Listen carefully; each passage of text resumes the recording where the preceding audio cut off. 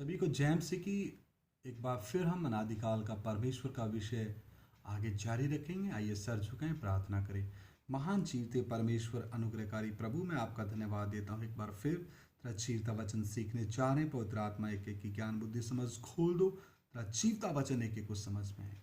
प्रभु यीशु मसीह के नाम से मांगते सुनो और ग्रहण करो, आमीन। आइए इब्रानियों की पत्री 3 अध्याय 4 वचन हम पढ़ते हैं। क्योंकि हर एक घर का कोई न कोई बनाने वाला होता है, पर जिसने सब कुछ बनाया वह परमेश्वर है। हालेलुया। हर चीज़ का कोई न कोई बनाने वाला है। मेरे प्रिय भाइयों बहनों, एक कॉलर माइक का भी बनाने वाला है, इस शर्ट का भी बनाने वाला है, और ये जो पीछे आप स्क्रीन में लाइट, टीवी, वॉल क्लॉक, दीवार, ये मकान, सब कुछ जो देख रहे हैं, इन सब का कोई ना कोई बनाने वाला है। लेकिन ये तो भौतिक वस्तुएं हैं। मेरे प्रिय भाइयों बहनों, आप मुझे देख रहे हैं, मेरे आत्मा जो अंदर है, प्राण जो अंदर है, और बाहर से ये शरीर है, इसका भी एक बनाने वाला है। वो कौन है? एकमात्र सच्चा अनादि अनादिकाल का परमेश्वर। हालेलुया। कौन है? एकमात्र सच्चा अनादिकाल का परमेश्वर। एक बार फिर मैं पढ़ रहा हूँ। क्योंकि हर एक घर का कोई ना कोई बनाने वाला होता है, पर जिसने सब कुछ बनाया वह परमेश्वर है। तो उस परमेश्वर के साथ मनुष्य जाति का रिश्ता दिन प्रतिदिन आगे मजबूती के साथ बढ़ते जाना है। यही तो परमेश्वर की इच्छा है, यही तो परमेश्वर की मंशा है, यही तो उसकी भली भांति सिद्ध इच्छा है कि मनुष्य जाति तौबा करे, मन फिराए और अपने बनाने वाले के पास वापस लौट आए। ये है असली घर वापसी। हालेलुया। क्योंकि हमारा स्वदेश स्वर्ग है। हम इस पृथ्वी पर परदेसी, मुसाफिर और यात्री हैं। हम थोड़ी देर के इस पृथ्वी के ऊपर मेहमान हैं। हम पानी के बुलबुले के समान हैं, हम भाप के समान हैं। हमारे दिन छाया के समान बीतते जाते।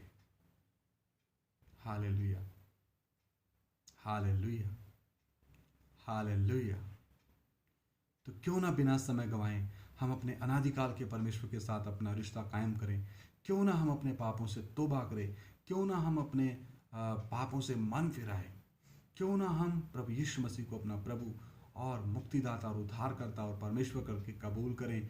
क्योंकि जीते जी ही मौका है मुर्दे परमेश्वर की उपासना और परमेश्वर की भक्ति और परमेश्वर का गुणगान नहीं कर सकते। हालेलुया। आगे हम पढ़ते हैं इब्रानियों की पत्री 11 का 3। इब्रानियों की पत्री 11 का 3। विश्वास ही से हम जान जाते हैं कि सारी सृष्टि की रचना, कितनी सृष्टि की रचना?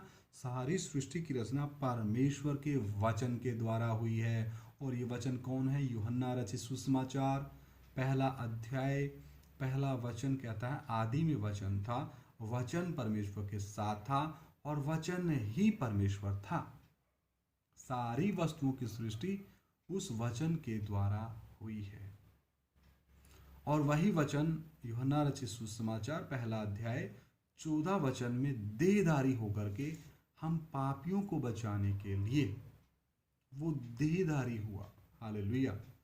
तो इतना बड़ा एक समर्पण और बलिदान और अपने सारे परमेश्वर के अधिकारों को त्याग करके अपने आप को शून्य किया, मनुष्य के रूप में प्रकट हुआ एक संपूर्ण और सिद्ध बलिदान होने के लिए। तो वचन कहता है सारी सृष्टि की रचना परमेश्वर के वचन के द्वारा हुई है, पर यह नहीं कि जो कुछ देखने में आता है वह देखी हुई वस्तुओं से बना हो। नहीं, परमेश्वर के वचन के द्वारा सब कुछ बना है। हालेलुया। अभी हम प्रकाशित वाक्य 4 अध्याय का 11 वचन पढ़ते हैं। प्रकाशित वाक्य 4 अध्याय उसका 11 वचन। हे हमारे प्रभु और परमेश्वर, तू ही महिमा और आदर और सामर्थ्य के योग्य है, क्योंकि तू ही ने, यानी कि अनादिकाल के परमेश्वर ने सब वस्तुएं सृजी। कितनी वस्तुएं सृजी? सब वस्तुएं सृजी, और वे तेरी ही इच्छा से थीं और सृजी गई। हालेलुया। क्या लिखा है? क्योंकि तू ही ने, अनादिकाल के परमेश्वर प्रभु यीशु मसीह ने सब वस्तुएं सृजी और वे तेरी ही इच्छा से थीं और सृजी गई। हालेलुया। तो सारी वस्तुओं की सृष्टि का मूल कारण परमेश्वर का वचन है, परमेश्वर खुद है। देहधारी परमेश्वर जो हमारे पाप और श्रापों के निमित्त बलिदान हुआ, क्रूस पे चांद थी, तीसरे दिन मुर्दों में से जी उठा और फिर से वापस अपने लोगों को हमें लेने बहुत जल्द आ रहा है। ये बहुत ही बड़ा एक सौभाग्य है। तो हमने दिन प्रतिदिन अपने कर्ता के साथ अपने आत्मिक व्यक्तिगत रिश्ते को और मजबूती के साथ कायम करते हुए आगे जाना है। प्रकाशित वाक्य 10 का 6 वचन भी मैं पढ़ देता हूँ। प्रकाशित वाक्य 10 अध्याय का 6 वचन। और जो युगानुयुग जीवता है, हालेलुया, परमेश्वर कभी मरता नहीं है। वचन लिखा, अनादिकाल का परमेश्वर क्या है? युगानुयुग जीवता है। और जिसने स्वर्ग को, किसको? स्वर्ग को, किसको? स्वर्ग को और जो कुछ उसमें है, जो कुछ स्वर्ग में है। दोबारा पढ़ रहा हूं। और जो युगानुयुग जीवता है और जिसने स्वर्ग को और जो कुछ उसमें है और पृथ्वी को जो कुछ उस पर है और समुद्र को और जो कुछ उसमें है सृजा, उसी की शपथ खाकर कहा, अब तो और देर ना होगी। यहाँ पे लिखा है कि स्वर्ग में, पृथ्वी और समुद्र जो कुछ भी है सबको अनादिकाल के परमेश्वर ने सृजा है, यानी कि रचा है, यानी कि बनाया है। तो इस परमेश्वर के पास आने से मनुष्य जाति क्यों कतराती है? जितना जल्दी मनुष्य जाति अपने सृष्टिकर्ता के साथ मेल करेगी उसमें बहुत ही फायदा है, और जितना दूर मनुष्य जाति परमेश्वर से भागेगी उतना ही अधिक उनके ऊपर सजा और परमेश्वर का प्रकोप का पड़ना तय है। तो फैसला मनुष्य जाति के हाथ में, क्योंकि प्रभु यीशु मसीह तो परमेश्वर है, परमेश्वर था, परमेश्वर है और परमेश्वर ही रहेगा। एकमात्र सच्चा परमेश्वर था, है और रहेगा। और अपने अभी तीसरे व्यक्तित्व के द्वारा, अपने तीसरे व्यक्तित्व पवित्र आत्मा के द्वारा वचन लेकर के आप लोगों से इस निकम्मे मिट्टी के बर्तन को इस्तेमाल करके आपसे बात भी कर रहा है कि हे मनुष्य जाति, अपने पापों से तौबा करो, मन फिराओ। और जो ये वचन आज बताया जा रहा है, मैं कोई बड़ा प्रचारक नहीं हूँ, ना मुझे बड़ा प्रचारक बनने का कोई मन है, ना कोई इच्छा है, लेकिन हाँ एक अंदर बोझ है, एक अंदर प्रेरणा है कि जो मुझे प्रभु ने दिया है वो वचन मैं आपके बीच में बांट सकूं, और ताकि ज़्यादा से ज़्यादा मेरे भाई बहन, बेटियां, बच्चे, बुजुर्ग, माता, बुजुर्ग, पिता जो हैं वो अपने एकमात्र सच्चे परमेश्वर सृष्टिकर्ता को पहचान लें और उसके साथ अपना रिश्ता और गहराई से कायम कर लें और पापों से मन फिराएं, तौबा करें और प्रभु यीशु मसीह को अपना प्रभु और मुक्तिदाता और उद्धारकर्ता करके जल्द से जल्द मौत आने से पहले ग्रहण करें, और दिन प्रतिदिन वचन, प्रार्थना, संगति के द्वारा अपने सृष्टिकर्ता के साथ आत्मिक रिश्ता और कायम करते जाएं। हालेलुया। तो आगे हम पढ़ते हैं यशायाह नबी 54 अध्याय उसका 5। यशायाह नबी 54 अध्याय उसका 5। यशायाह नबी 54 अध्याय उसका 5। क्योंकि तेरा कर्ता तेरा पति है, क्योंकि हे मनुष्यों तुम्हारा कर्ता सारी मनुष्य जाति का पति है। उसका नाम सेनाओं का यहोवा है और इज़राइल का पवित्र तेरा छुड़ाने वाला, वह सारी पृथ्वी का भी परमेश्वर कहलाएगा। तो प्रभु यीशु मसीह सारी पृथ्वी का परमेश्वर है।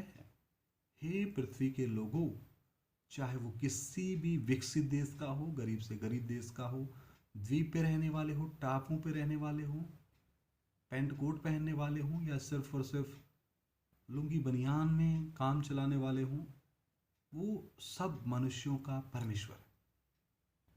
परमेश्वर कभी भेदभाव नहीं करता। तो सारी पृथ्वी का जो परमेश्वर है उसके पास आइए और उद्धार प्राप्त कीजिए और अनंत काल तक अपने प्रभु यीशु मसीह के साथ रहने का मन बनाइए। एक वचन और पढ़ के हम प्रार्थना करेंगे। यशायाह 63 अध्याय का 9 वचन। उनके सारे संकट में उसने भी कष्ट उठाया। ये प्रभु यीशु मसीह के बारे में भविष्यवाणी हुई है जो आगे नए नियम में पूरी हो चुकी है। और उसके सम्मुख रहने वाले दूत ने उनका उद्धार किया। प्रेम और कोमलता से उसने आप ही उनको छुड़ाया, यानी हम लोगों को, जितनों ने प्रभु यीशु मसीह को अपना प्रभु और मुक्तिदाता करके ग्रहण किया, उसने उन्हें उठाया और प्राचीन काल से सदा उन्हें लिए फिरा। तो इज़राइलियों को भी परमेश्वर प्राचीन काल से सदा लिए फिरा। तो प्रभु चाहता है हर एक मनुष्य अपना बोझ प्रभु को दे दे, अपनी सारी चिंताएं। मत्ती 11 अध्याय का 28 वचन में लिखा है, बोझ और परिश्रम से दबे हुए लोगों मेरे पास आओ, मैं तुम्हें विश्राम दूंगा। अपना जुआ मुझे दे दो और मेरा जुआ ले लो, क्योंकि मेरा जुआ हल्का है। हालेलुया।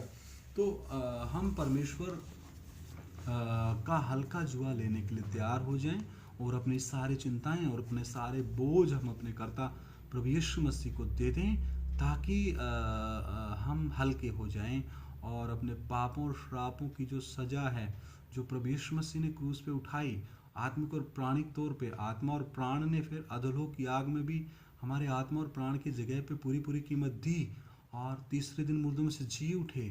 तो हम अपने आत्मा और प्राण का जो अनंत काल है कहाँ बिताएंगे, इसका फैसला जीते जी शरीर में करना है और अपने प्राचीन काल के, अनादि काल के, सनातन काल के परमेश्वर की भली भांति सिद्ध इच्छा अपने जीवन में, इस जीवन में लागू, इस जीवन में पूरा करना है। परमेश्वर के कलाम को, वचन को अपने जीवन में लागू करना है और पिता, पुत्र, पवित्र आत्मा त्रिएक परमेश्वर की मर्जी अपने जीवन में पूरा करना है। अपने 5 प्रकार के जो परमेश्वर ने आत्मिक अगुवे हमारे लिए ठहराए हैं, उनके प्रति वफादार रहना है, आज्ञाकार रहना है, अधीन रहना है और दिन प्रतिदिन हमने प्रभु के लिए फलदायक बनना है, फल देने वाला बनना है और आत्मा के फलों से हमने भरपूर रहना है। आत्मा के वरदानों में भी दिन प्रतिदिन पवित्र आत्मा में भरते जाना है और नाश होने वाले लोगों के लिए ही केवल हमने रोते हुए आंसुओं के साथ बीजना है, ताकि हम जय जयकार के साथ लवनी करने पाएँ और हमारे प्यारे भारतवर्ष और उनके लोगों के लिए, राष्ट्रपति से लेके एक आम मनुष्य तक के लिए हमने प्रार्थना करनी है, चाहे वो किसी भी धर्म, संप्रदाय, जात, बिरादरी से हो, गरीब हो, अमीर हो, छोटा हो, बड़ा हो, गोरा हो, काला हो, पढ़ा लिखा हो, अनपढ़ हो, चाहे वो किसी भी गोत्र में पैदा हुआ हो, सब परमेश्वर के बच्चे हैं। हमें सबको समान दृष्टि से प्रेम करना है। अगापे प्रेम, ईश्वरीय प्रेम में हमने आगे बढ़ते जाना है और परमेश्वर के कलाम में, परमेश्वर के वचन में पवित्र आत्मा के प्रकाशन को पाते हुए दिन प्रतिदिन आगे बढ़ते जाना है और परमेश्वर का वचन हमारा आत्मा का भोजन दिन प्रतिदिन खाते जाना है। आइए सर झुकाएं, प्रार्थना करें। महान जीवते परमेश्वर, अनुग्रहकारी प्रभु, मैं आपका धन्यवाद देता हूँ पिता, थोड़ी देर तेरा जीवता वचन सीखने के लिए आपने मुझे समय दिया, आपने मुझे ज्ञान बुद्धि समझ दी। पवित्र आत्मा, मैं आपका आभारी हूँ और गहराई से मुझे नम्रता, दीनता में और अधिक गहराई में पवित्र आत्मा लेके जाएं। ये वचन जो भी मेरे भाई बहन, इस भाषा को समझने वाले, बेटियां हैं, बड़े हैं, बुजुर्ग माता, बुजुर्ग पिताजी हैं, विश्वासी भाई बहन हैं, इस पृथ्वी पर कहीं भी रहते हो, जो भी इस वचन को सुने, उनके हृदयों को पवित्र आत्मा बदल दो और अपनी अनंत काल की योजना के लिए इस्तेमाल करो। प्रभु यीशु मसीह के सामर्थ्य और पवित्र नाम से मांग लेते, सुनो और ग्रहण करो, आमीन। सभी को जय मसीह की। मुझे बहुत खुशी होती है जब मैं परमेश्वर के कलाम को परमेश्वर के लोगों के बीच में साझा करता हूँ। इतना मन खुश होता है, इस खुशी का कोई सरोकार या ठिकाना नहीं है। ये खुशी परमेश्वर के प्रेम की खुशी है, यह आनंद परमेश्वर के प्रेम का आनंद है और ये सौभाग्य परमेश्वर ने दिया है आखिरी सांस तक। इस सौभाग्य को मुझसे कोई छीन ना पाए। हालेलुया। इससे बड़ा कोई सौभाग्य नहीं। परम पवित्र परमेश्वर एक मनुष्य को अपने नजदीक आने का मौका देता है और उसकी आवाज का प्रकाशन पवित्र आत्मा खोल के देता है, तो फिर क्यों ना बोलूं तेरी जय जयकार। तूने मेरे लिए क्या कुछ ना किया। मैं मानता हूं सचमुच परमेश्वर देहधारी होके मुझ पापी के पाप और श्रापों को उठाने के लिए आया, और वो मेरा उद्धार करता है, मेरा मुक्तिदाता है, मेरा परमेश्वर है। और इस बात से मैं प्रसन्न हूं। ये मेरी प्रसन्नता जिसका कोई अंत नहीं, दिन प्रतिदिन बढ़ती ही जाती है। और मैं परमेश्वर का धन्यवाद करता हूँ, मेरे जीवन में इतने सख्त आत्मिक अगुओं को परमेश्वर ने दिया। मैं इस बात के लिए परमेश्वर का आभारी हूँ और विनती करता हूँ प्रभु मेरे आत्मिक अगुओं को और अधिक तीसरे स्वर के गहरे प्रकाशनों से भर दो, ताकि तेरी कलीसिया पवित्रता लगता है सिद्धताई में, पवित्र आत्मा के वरदान और फलों में बढ़ती जाए। पहली सदी की कलीसिया की तरह पूरी पृथ्वी में भर जाए, और तेरा सही उपदेश, सही कलाम पूरी पृथ्वी में भर जाए। राष्ट्रपति से लेके एक आम मनुष्य भी घुटने टिका के अपने पापों से तौबा करे, मन फिरे। यही मेरी इच्छा है। आमीन।